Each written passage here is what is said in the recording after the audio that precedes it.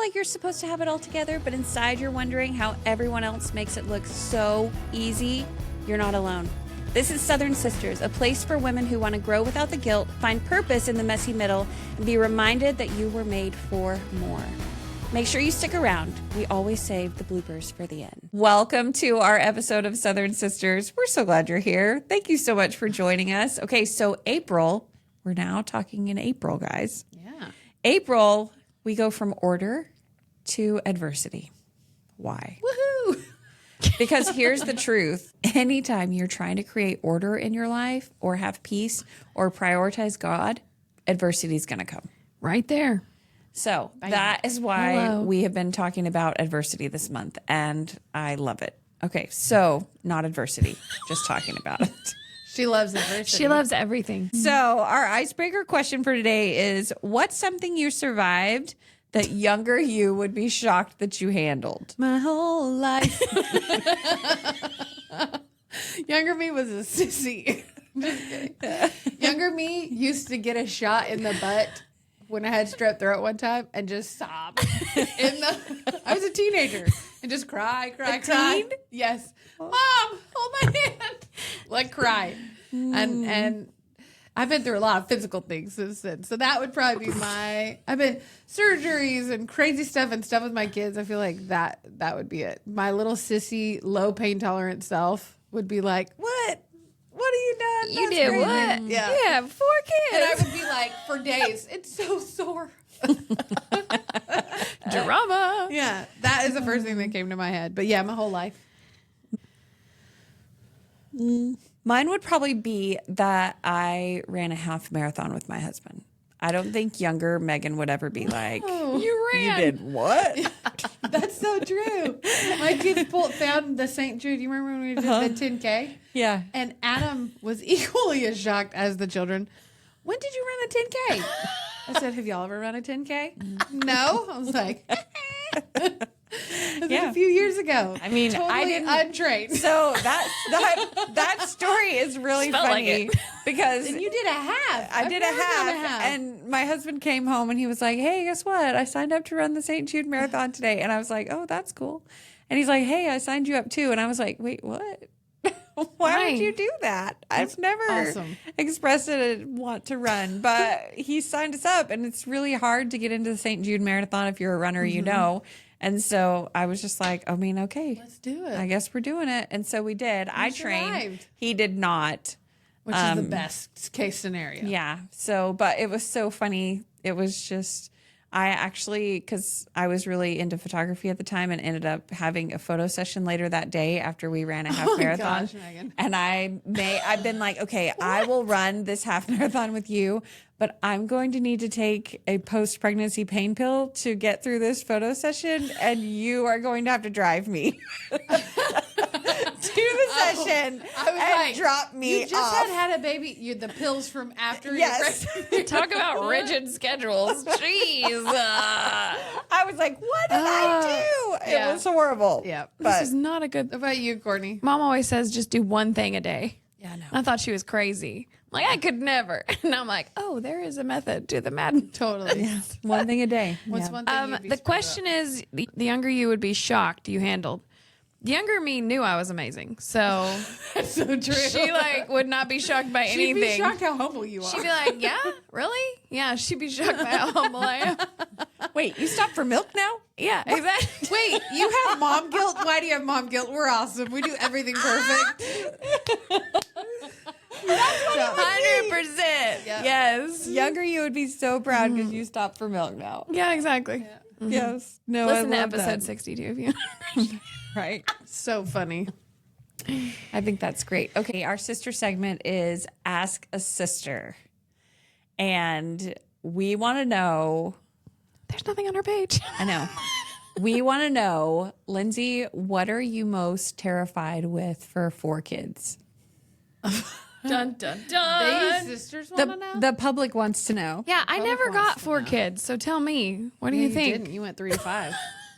You want to know? What Yeah. am I terrified about? Like, what are your thoughts right now going into this 4th kid? Because by the time this airs, he will have been here about a month. Oh my gosh, that's so cool. That's So so I think it'll be cool to listen to it and be like, what were you thinking right before he was born? I love that Megan. I feel that's so good. How reflective of you. I feel like there's nothing I'm terrified at all right now. Like I'm not even nervous, which is funny to me because usually I get really worked up and nervous about stuff. I feel like Caleb was so terrible. I'm sort of looking forward to normal. anything better than that. Yeah. Like it was, the hospital was awful. The birth was awful. The after was awful. The surgery was awful. Awful for And like not just 2 like years. Yeah, for years. Yeah. It wasn't just like recover from a normal baby. No. Having the right. cleft palate that he struggled with Right. made it so hard. Yeah. Nothing about how he was born was how I had hoped. Even his birth was really difficult. Wasn't Kennedy hard too?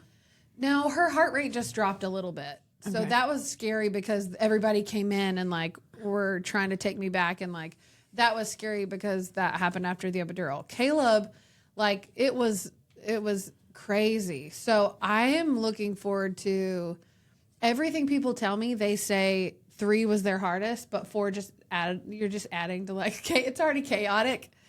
And 4 is like easier than 3. And so I'm like, well, I'm sort of looking forward to 4 because I also feel like this little baby is going to be a little bit more chill. I think anybody's going to be chiller than Caleb.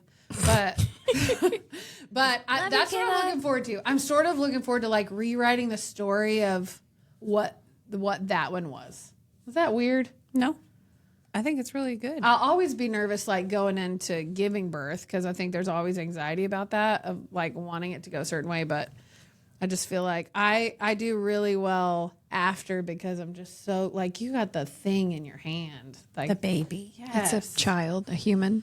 It's like it's not in my body. It feels like a thing when it's in my body. When it's in my arms, I'm like, you can do no wrong. It's just glorious. And So, having an extra person, are you scared about that? no. Because my kids are really good helpers. That's good. Also, this is a good thing too. Like I was telling Adam, Amy is our nanny, who is also my doula, has been for most of my kids. And she was like, I'm so sorry. My May's going to be crazy. I'm going to be out of town a couple times. I just hate leaving you high and dry. And I literally was like, hey, Amy, I've never done this with you. Whatever you can give is going to be Better. than anything I've ever done. I've never awesome. had help. That's great. After. So I feel like all the ducks are in a row, and I'm like, this can be successful, right? That's just where my head's at. I come live with you if you need me to for a Do week. it. Come on. My family doesn't need me anymore. They don't. They're too put out old to now. pasture. Just come over. They don't care. Gold Star Aunt. Yeah. So I Still feel working on it. supported and good. So Good.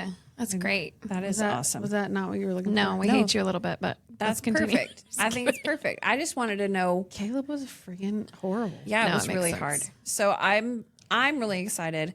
I feel like Austin was an angel baby. And I Totally. remember when he was born being like, he's so angelic. And now that you've had Kennedy and Caleb, and I'm like, and there we go. That's so why.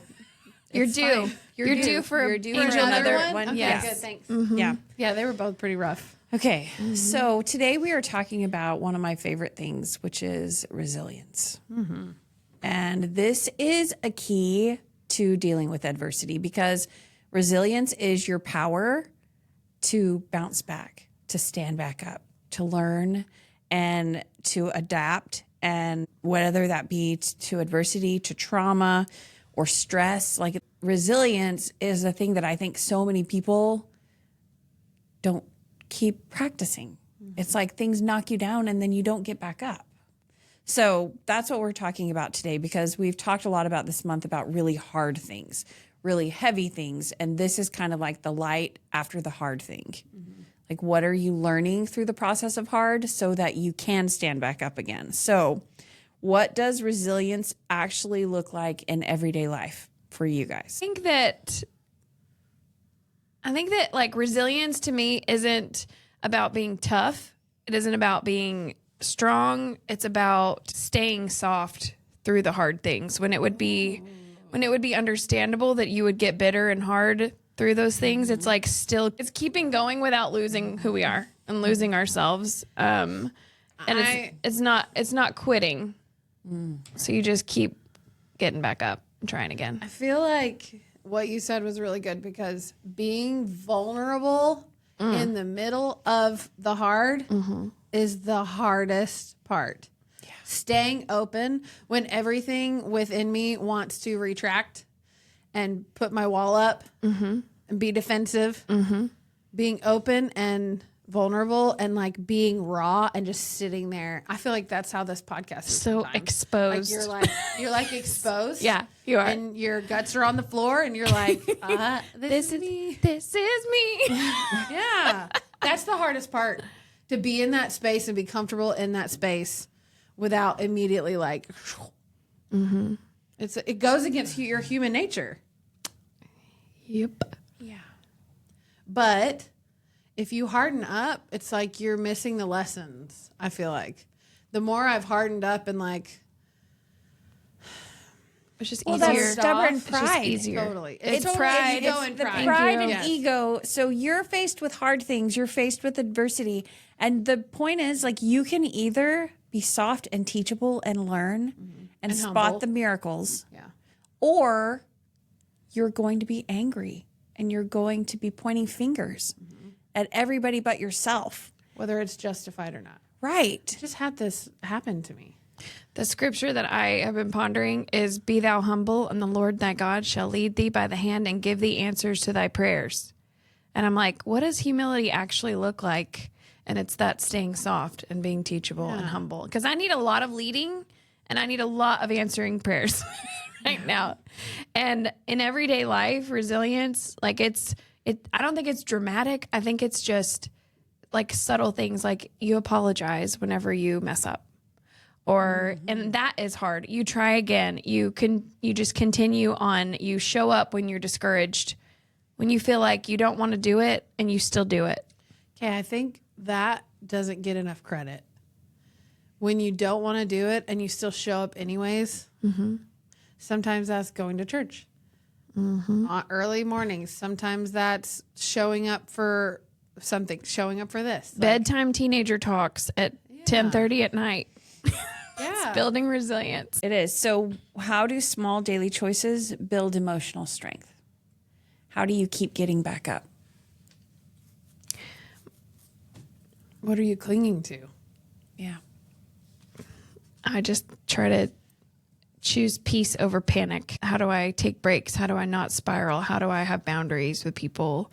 That's what I've been really, really working on the past few months, is just protecting my peace. So the past few months, I've been trying to protect my peace, and I have been going through way more things than I think I realized. Like, looking back on it, I was like, I could list out all the things. I'm going to list out all the things. There's like the overarching, like, I have 5 kids. I'm running a business. All the normal crazy. I have, I'm married, and, like all the normal stuff. And then I was serving, in a larger capacity at church with the women's organization. And so with all of that, on top of that, it was, I had an employee leave after 3 years of being with the company, and I had to find a replacement for her. It was open enrollment. It was my busiest time of the year, so I'm having to do 20 to 30 appointments a day to get everybody done in time. Our driveway back in July had a sinkhole and just a random hole. The culvert rusted through the big pipe that's underneath the driveway, and there was this hole that was like 2 feet around, and we had to go through our neighbor's driveway and cross over our front yard to get to our house. And the insurance company that we had did not pay anything for it. And it was $16,000 to get it fixed. We always have, the concern of our dad that has Parkinson's. That's always a weight that's on us, and like not knowing, what's going to happen tomorrow. But his caretaker got diagnosed with breast cancer and had to start leukemia treatments or chemo treatments. And then they found more cancer in her lymph node. And so Mom and Dad were needing more help. I had someone that started working for me, and I had to let them go right after open enrollment because I found out they weren't working like I thought they were. which was really hard because they were my friend. And Brooklyn had a tumor in her eyebrow that she had to get removed at the same time.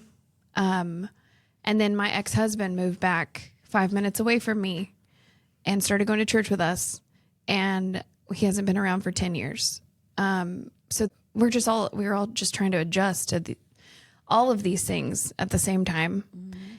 And, I was thinking about it and I was like, and Jared's transitioning with work, and I was having women that were really mean to me, and the family was sick. Do you remember we had like 2 months when we went to Gulf Shores, the girls vomited like 6 times and I was cleaning up vomit like for all the time. And just, there were so many things, guys, that were just all at once. And I'm still recovering from it. And I'm still trying to give myself grace to get back to my full capacity, if that ever is a thing, because my expectation is always to hit my full capacity and, do what I can do. But looking back, I'm like, why wasn't I nicer to myself? Why didn't I realize at the time that, like, it's okay to not beat myself up about not working out every day or not, showing up the way I wanted to at every single thing? Maybe missing a church activity because I just got caught up in work. Like, why do I beat myself up about stuff like that? Like when I had the twins, I went straight back to work after I had the twins just to prove to myself that I could. And I'm like, and I had a legitimate reason to just chill out. Don't you look back and you're like, what an idiot. I missed out. Yes. Yeah. But I don't know if it's in me to just chill, And so, like, all of these things happened. Like, why? Why did they happen? Why did all these things happen at the exact same time? And what good has come out of it? I'm like, each of give me those your wisdom, because I'm in this phase right now. Each of those things, like, I had to keep showing up. And if I learned nothing else, it was that I have to put anchors in my life that help bring me back to who I am, so I don't lose myself in all of this stuff. And like the person that I want to be and that God wants me to be, I have to constantly go back to that. And that is what resilience is going back to the person that you're meant to be. And it's not about losing yourself in all the hard stuff and feeling sorry for yourself and going through into this dark black hole and being a victim. And being a victim. Yeah, that's not about that. It's about looking at each of these scenarios, and I'm sure there's more. Like, I literally was, whenever I was going through all this, I was at church and I was sharing something in our women's group class, and it was like, I mean, all of us are dealing with like 7 different things at one time, right? And everybody's like, no. You're just extra adverse. I was like, right? The adversary's like, yeah, she gonna be a threat. But kabam, kabam. Something. Chloe was dealing with hard stuff, and I had to deal with all that crap. Yeah. And now I'm homeschooling, and I'm like, how do I even do that? And so it's like just constant adjustments. And Lindsay said, something great is coming. Like, you're dealing with a lot of hard stuff. There must be something great coming. And I think that thing is, for us right now, is that I have an anchor now that I have to have peace. And I have to find that anchor wasn't there before. No, and I have to find that for myself, because there are going to be winds and there's going to be all of these storms and everything coming at me. And if I don't have that inner peace and that place I can go that is an anchor for me, I cannot handle it. And we're just like, yeah, we're dealing with a lot of stuff. Oh, and we have twins that are toddlers that we potty trained. Like, oh yeah, you did. Potty training was in the midst of all this, you guys. Anyways, it was just a lot of hard. And I think that what came of it was me having to find the peace that I needed to bounce back from all of it. So faith served as your anchor. Like, correct. Figuring out your rhythms. How do you get back to peace? What's that like for you? I just like, are the struggles all gone? No, they're not gone. How do you keep getting back up? And why is it important to model this? So faith gives you purpose. It doesn't make it easier, but having faith gives you the purpose and helps you be resilient to the things that otherwise wouldn't have any meaning. Well, instead of like just going through hard things, You're like, what am I trying to learn? Like, what am I supposed to learn from this trial? Whereas if you don't have that faith, you're like, this is just hard. It'll never end. There's no light at the end of the tunnel. There's just depression and anxiety. If you can look at it with an eternal perspective and think, okay, there's a reason I'm going through this, because I feel like I never, ever grow when everything is great. No. When you have those small, those little pockets of time in between trials, I'm not growing ever in those moments. I'm just maintaining. Yeah. There's no growth there. Trials and these things that you're going through, they're all growth, but it's painful. It's like, it's like thorns. Like you are growing these parts of yourself that you really didn't want to in the first place. Usually you're like, I didn't have that on my list to improve. Thanks. I didn't really want that, but I see the need now. And sometimes you find out why later. Sometimes you never do. But those are the seasons of growth, and they're important. But that's why it's important to have that lens of faith, because you're like, okay, this is a small moment. This will be but a small moment. And if you look back on those times, like you were talking about when you had your twins, like I have tried to keep that perspective with this pregnancy, because I'm like, okay, I hardly remember Caleb's pregnancy, but it felt really hard at the time. This one feels really hard physically, but I'll look back in 2 years and barely remember it. It's but a small moment sometimes, and some trials are much longer, but sometimes just remembering, okay, it's going to get better, even if it's a different way that you didn't plan. Yeah. So how can model resilience for our kids? They need to see this so that they know that you're going to have struggles and what you do with it. I mean, if people feel like you don't ever mess up, or that you don't ever have hard times, Or if you hide it from your kids. yeah. Like, just as a mom or dad, sometimes I feel like you try to shield them from things, or like not talk about things. We are the exact opposite in our house. Like, I feel like Austin is homeschooled and he just hears and knows everything and wants to. Adam's that same way. He like wants to know what's going on. And I think it's been really good for him, because you get to hear from the start to finish. You get to hear the heavy and the hard. And that's why I feel like, not just with this stuff, but we've been working this year on Austin doing hard things, because resilience is so important. Otherwise, they're not going to be prepared to deal with any trial they have in their life if they've never done anything hard. As a parent, it's so easy to swoop in and do things for them, whether it's something physical, whether it's taking away a trial or a problem that you can fix easily. I think it's so important to let them go through the hard and figure it out on their own, because otherwise they won't have those skills that are so important and necessary to fall back on. You'll literally be bailing them out your whole life. And they need evidence. And I think this part has been really important, as we've been talking with Austin. Like, I try to remind him of evidences in the past when he has done hard things. And risen to the occasion. And remember them. Like, hey, this might feel really hard, but remember when you did this really hard thing? And he's like, oh, yeah. Like, you can do really hard things. And I think it's a good reminder to remind them of when they were strong. I had friends growing up that their parents never talked to them about the bad things they did, because they felt hypocritical trying to parent. Like the bad things the parents did. Yeah, growing up and stuff. Like, they didn't talk about like how they did drugs. And I was like, what a missed opportunity to teach your kids like the other side of, hey, I've done this horrible thing. I've made mistakes, and I'm human too. Yeah. And this is what I learned from it. So don't make the same mistakes I did, instead of, the kids don't need perfect parents. They need recovering parents. They need to watch their kids. They need to watch their parents walk, run, or crawl on hands and knees through the hard. And to let them in and let them be a part of it. Yeah. No matter how hard it is and how vulnerable it is and how awful it is, they need to see how we recover, because they're going to face hard things, and they're going to need to know how to get through it. Also, sometimes your kids are the answer for you. Sometimes. Like sometimes they say something that you needed to hear. That is the weirdest thing. It's crazy.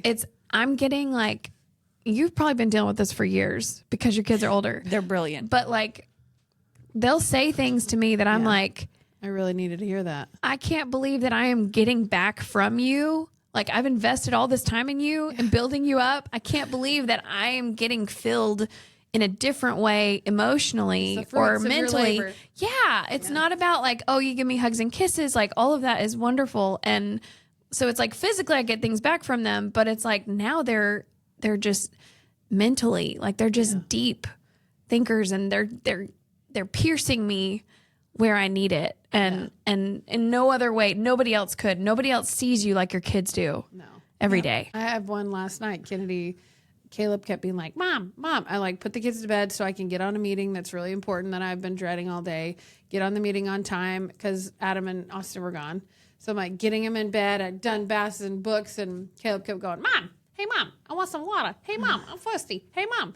And I said, and Kennedy was like, hey, Mom. I'm like, would y'all just go to bed, please? Just be quiet. I love you both.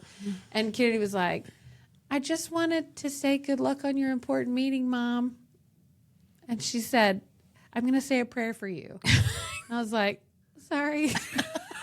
Like, I didn't scream at them, but I just All was like, prayers. would y'all go to bed, please? And I just was like, thanks. And I like shut the door. I said, I love you, Kennedy. I shut the door quietly, and I'm like, I needed that. I needed to be reminded because she knew what was going on, and she knew that I needed that. That it was a needed to moment hear of it. hard. Yeah. I feel like with everything we've been going on, like I will never forget when we sat down and told the kids The trial. and how things are going to look different and how it's going to be really hard for a little bit until we worked ourselves back to where we need to be. Like my oldest son was just like, Mom, Boston's believe in the impossible. I'm like, yep, we do. And that's resilience. I mean, that's a family statement for a reason. You taught him, and he taught you in return. Yep. When I needed to hear it, Yep. Yeah. it came from him, and that was amazing. So I found this quote that I want to close with that I loved. It's from Eleanor Roosevelt that says, you gain strength, courage, and confidence by every experience in which you really stop to look fear in the face. So this is our challenge to you when you are looking fear in the face as you're facing those things that are adversity in your life. Continue to look to the Lord, and He will help guide you through prayer, through going and getting into your scriptures and just drawing close to Him instead of running away. Like that is what resilience is to me, is that when things get hard, I don't run away from God. No, I like bare my soul. Yeah. Like pour out your heart. And that's the only way I ever feel better. I think having resilience teaches you to depend on other people, and that's the real strength that comes from resilience is being dependent on God, being dependent, asking people for help, like knowing that you're not alone. That's the real strength. That's the inner strength. Yep. It is the truth. All right. Our reflection question for today is, what strength has God already built in me that I forget to acknowledge? Whatever you're facing, He has already prepared you for this day. And He's prepared you for this battle. And you're going to make it because He doesn't give you anything that you can't handle. And until next time, Keep striving. We'll see y'all soon. now it's time for the bloopers. Bloopers. What does that look like? Excuse me. Look at all those notes. What the heck? I haven't thought about it. Good. I have nothing. I literally have nothing. So you better say Speak, Courtney. Well, I have so much. I was so prepared mentally for the last episode. We'll go back back to to it. it. We're going to go back Yeah, to I have it. a lot to say about that one. Anyways, I'm keeping your softness. Oh, Courtney, that's really good. Thanks.